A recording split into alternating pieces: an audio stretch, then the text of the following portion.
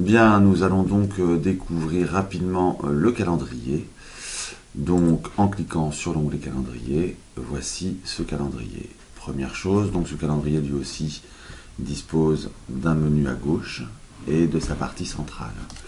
Sa partie centrale ici peut être affichée sous forme de liste, sous forme de jours, de semaines ou de mois. Là, volontairement, j'ai désactivé l'ensemble des calendriers pour vous présenter son fonctionnement.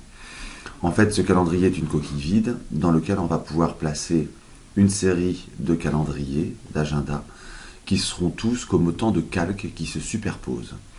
Donc on va prendre un exemple, par exemple, avec mon service de 3e A, qui ici apparaît.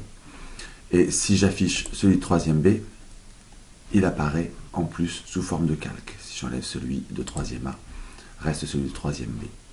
Je vais donc ici, en cliquant sur l'ensemble de mes services de 3e et de 4e, afficher l'ensemble des calendriers.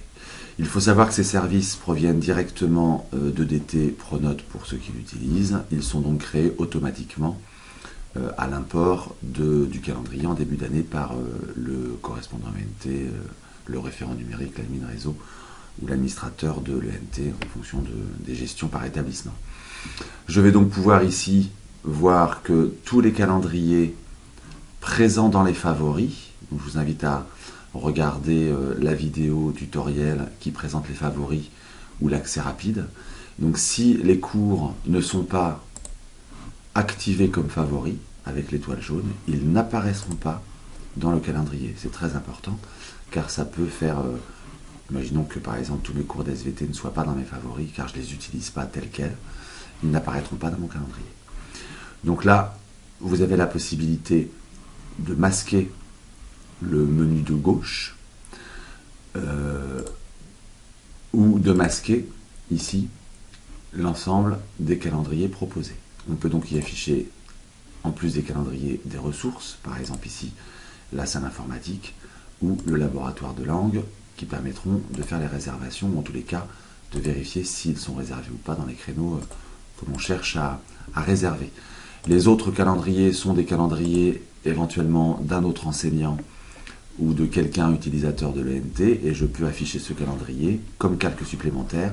Dans le mien, ça peut par exemple permettre d'afficher des calendriers d'une équipe pédagogique pour pouvoir trouver des créneaux communs.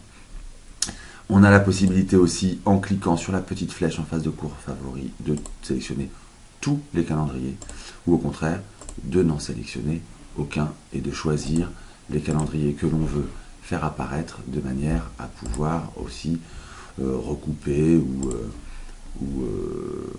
trouver des créneaux de disponibilité. Donc si, comme indiqué tout à l'heure, je veux masquer le menu de gauche, il suffit ici de cliquer sur calendrier pour avoir notre calendrier qui s'affiche en plein écran.